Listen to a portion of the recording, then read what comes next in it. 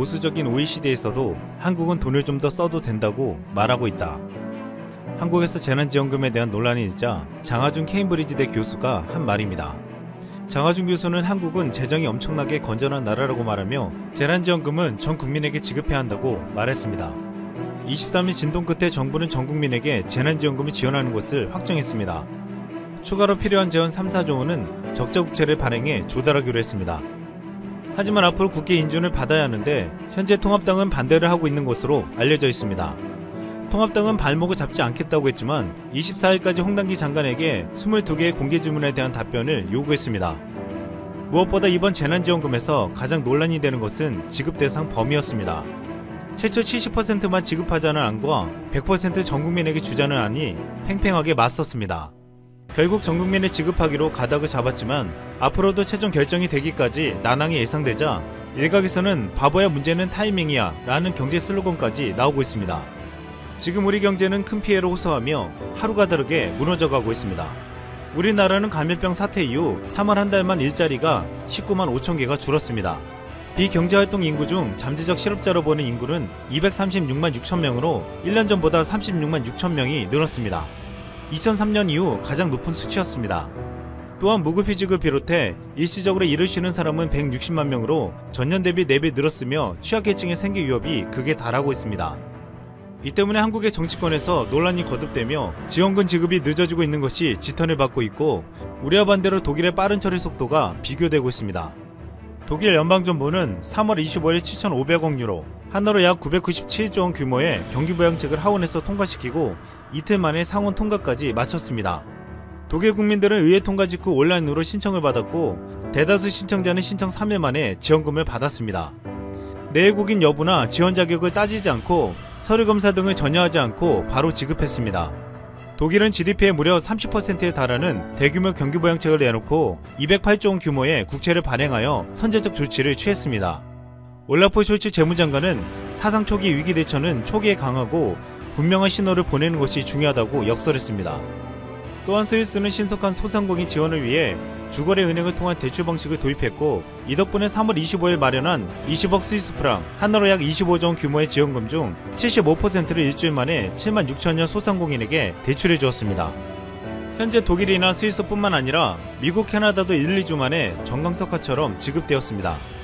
심지어 일본도 1인당 10만엔, 한화로 약 113만원을 현금으로 지급하는 방안이 오는 30일 국회에서 통과시킬 전망입니다. 한국은 방역은 가장 빠르게 했지만 긴급지원금 지급은 너무나도 느리다는 말이 나오고 있습니다. 일각에선 이렇게 어려운 상황에서 국가부채를 늘리면 나라가 위기에 흔들리는 게 아니냐는 우려를 제기하고 있습니다. 하지만 객관적인 지표와 전문가들의 의견은 한국은 안전하다는 것입니다. 2019년 기준 한국의 국가채무는 중앙정부와 지방정부를 합쳐서 728조 8천억 원으로 GDP 대비 38.1%였습니다. 또한 2018년 기준 한국의 일반정부 부채는 40.1%로 OECD국 평균 109.2%의 절반 이하에 불과했고 미국, 일본, 영국, 프랑스, 독일, 이탈리아 모두 한국보다 높았습니다. OECD의 33개 나라 중 한국보다 부채 비율이 낮은 나라는 에스토니아, 룩셈부르크, 뉴질랜드 3나라 뿐이었습니다. 이 때문에 OECD에서는 오래전부터 한국은 돈을 더 써서 부채를 늘려도 문제가 없다고 말해왔습니다. 처음에 기획재정부가 내놓은 소득하의 70% 지급안은 재정부채 40% 기준을 고집하고 추가 국채 발행은 고려하지 않은 것이었습니다. 하지만 긴급지원금 대상을 전국민으로 확대할 경우 필요한 추가 지원 3조 원을 국채 발행으로 조달한다면 GDP 대비 국가채무 비율은 42.3%로 올해 추정치와 큰 차이가 없었습니다. 즉 이번에 나라가 3조 원의 빚을 더 져도 큰 문제가 없다는 것입니다. 우리나라는 IMF 외환위기와 글로벌 금융위기를 겪은 경험에서 재정 건전성을 중요하게 여기며 이를 지키려고 하고 있습니다. 이 때문에 기재부가 재정부채 40% 기준에 너무 매달려 재난지원금 지급 대상과 금액을 맞추려고 하는 게 아니냐는 말을 들었습니다. 이는 선진국 어디에서도 사용하지 않는 기준이고 또한 지금의 상황과는 맞지 않다는 비판을 받았습니다. 이번 경기 침체는 지난 2008년도 글로벌 금융위기를 넘어 1930년대 대공황 수준이 될 것이란 위기감이 커지면서 각국은 대대적으로 자금을 풀어 경기 부양에 나서고 있습니다. 국내 경제 전문가들은 우리도 이를 피해갈 수 없기에 재정 건전성을 지키는 것보다 당장 무너지는 국민들을 긴급하게 지원하는 것이 더 중요하다고 말하고 있습니다. 또한 기재부가 70% 지급을 주장한 이유 중 하나인 앞으로 닥칠 위기에 대비해 예산을 남겨놔야 한다는 것도 현재 우리나라의 재정 건전성으로 볼 때 다른 나라보다 문제없이 대처할 수 있을 거란 전망도 나오고 있습니다. 실제로 감염병 사태로 무역금융 지원, 항공산업 지원에 각각 수십조가 들어갈 것이고 실업급여도 증가하며 그 손실은 오래갈 것이라고 예측되고 있습니다. 지금은 1차 충격이지만 앞으로 2차, 3차를 거치며 실업자들이 늘게 되면 국가보호망을 구축해야 최악의 상황을 면할 수 있을 것이라고 보고 있습니다. 장하준 교수는 18개월 안에 백신이 나온다는 전제 아래 경제가 온전히 옛날로 돌아가려면 2년 정도 걸릴 것이라고 전망했습니다. 18개월 뒤에 백신이 나온다고 해도 도산한 기업이 정비돼야 하고 실업자가 일자리를 찾아야 한다고 했습니다. 그때가 되면 어쩔 수 없이 나라가 빚을 내야 하는 시기가 오는데 국가 부채가 낮고 재정 건전성이 높은 한국은 잘 감당할 수 있을 것이라고 보고 있습니다. 또한 한국의 방역 모델이 한국에 엄청난 재정적 이득을 안겨주었다는 평가가 나오고 있습니다. 한국은 초기에 빠르고 공격적인 대응을 통해 확산세를 잡아냈습니다. 확진자를 찾아내 격리시키고 이동정보를 공개하며 주변 사람들을 모조리 파악해 검사받게 했습니다.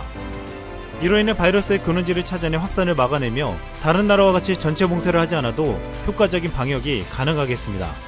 무엇보다 경제활동에 대한 통제를 하지 않고 바이러스를 막아낸 것은 지금 주요국에 비해 경제적 충격을 완화시킬 수 있는 요인이 되고 있습니다.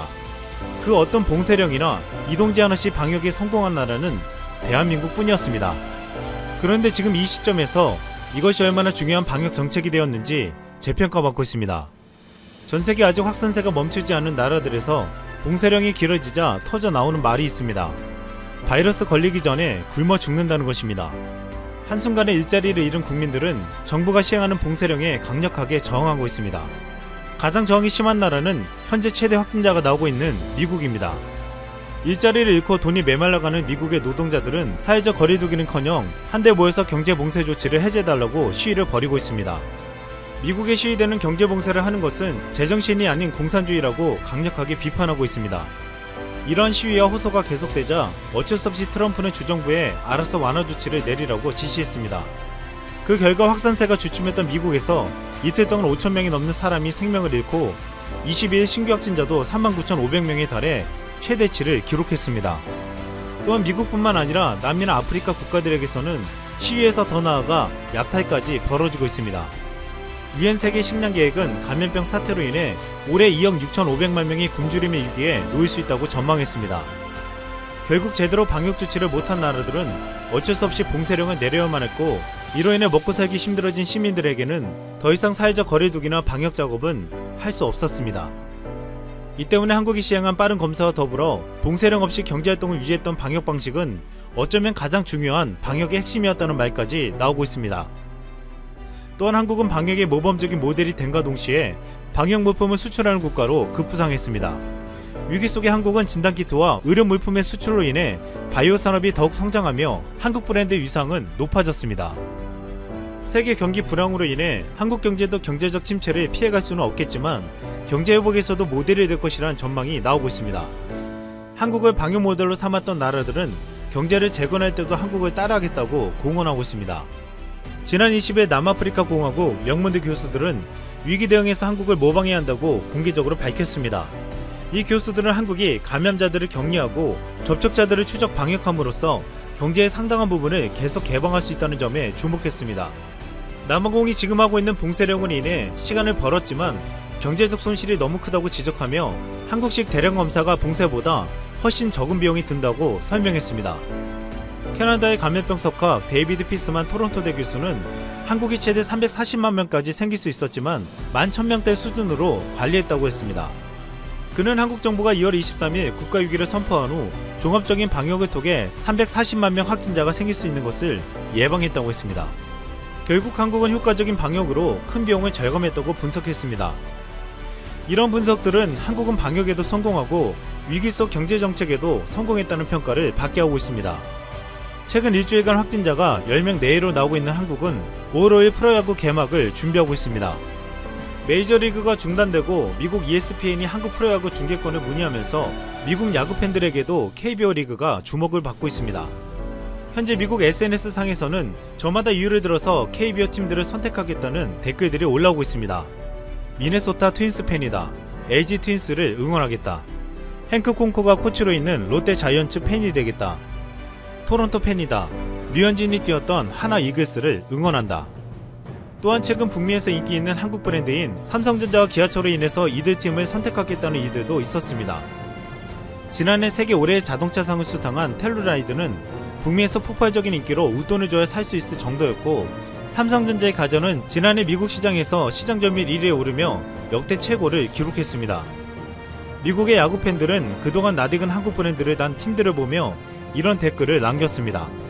난 기아차를 몰거든. 가자 타이거즈. 난 삼성TV를 좋아해. 라이온즈 파이팅.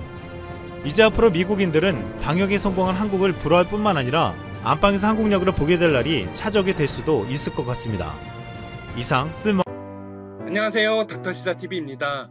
일본 총리의 사태 대응 능력이 현지에서 연일 도마 위에 오르고 있습니다. 각종 여론조사에서 급격한 하락세가 나타나는 것은 물론이고 조기 퇴진론까지 나오고 있습니다.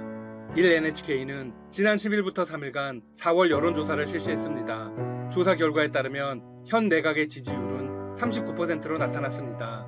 지난달 대비 4%포인트 하락한 것입니다. NHK의 조사에서 지지율이 40% 아래로 떨어진 것은 2018년 6월 이후 2년 만입니다. 현 정권을 지지하지 않는 이유는 무엇일까요? 응답자의 35%가 인품을 신뢰할 수 없다고 답했습니다. 28%는 정책에 희망이 없다고 답했죠. 무엇보다 현 사태에 대한 정부의 무능한 대응이 큰 영향을 미쳤습니다. 불안함을 묻는 질문에 무려 89%가 불안하다고 답했습니다. 그리고 50%는 매우 불안하다고 답했죠. 비상사태 선언의 시점에 대해서도 너무 늦었다는 응답이 75%를 넘겼습니다. 현재 일현지의 환자 수는 한국을 훌쩍 넘어선 상황입니다. 상승세도가 빨라 더욱 큰 폭의 증가가 예상되죠. 게다가 아직 정점이 어디인지도 파악하지 못하고 있습니다. 진단 속도가 느리다는 비판도 계속해서 지적되고 있습니다. 경제 대책도 혼선을 빚고 있죠. 당초에는 수입이 감소한 가구에 30만엔을 주기로 했지만 이후 전 국민들에게 10만엔을 준다고 했습니다. 이번에는 신고하는 사람에게만 10만엔을 준다고 대책을 변경했습니다. 보수 언론마저도 등을 돌리고 있는 상황입니다.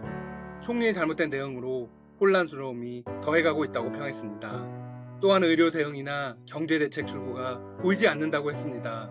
한국을 배우지 못한 것에 대한 지적도 나옵니다. 일각에서는 이 정부가 자존심을 세우느라 대책 마련에 실패했다는 이야기가 나옵니다. 한 유력 주간지는 이런 기사를 실었습니다. 아시아에서 한국, 대만, 중국이 확산 방지에 성공한 듯하다. 일본은 전혀 성공하지 못했다. 성공 사례는 무엇이든 따라해야 한다. 그런데 아베의 지지층은 혐한을 지속해온 사람들이라 한국을 따라하는 것이 참기 어려운 굴욕이었을 것이다.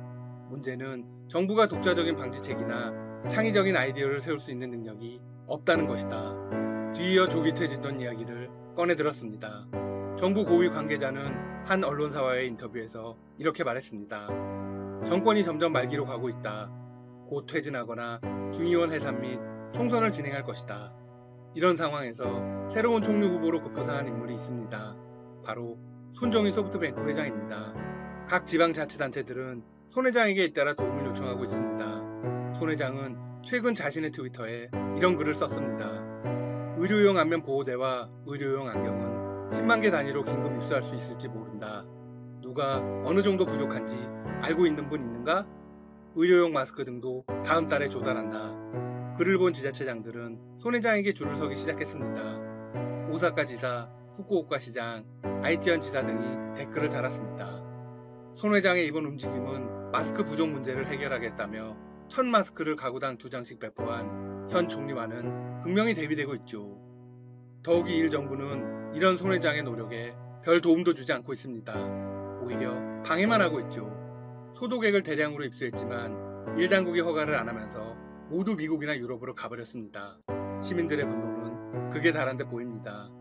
앞으로 자리를 보존할 수 있을지 궁금하네요. 상당히 회의적인 상황입니다. 앞으로의 상황도 닥터시사TV가 계속 전해드리겠습니다. 시청해주셔서 감사합니다. 구독과 좋아요 부탁드립니다.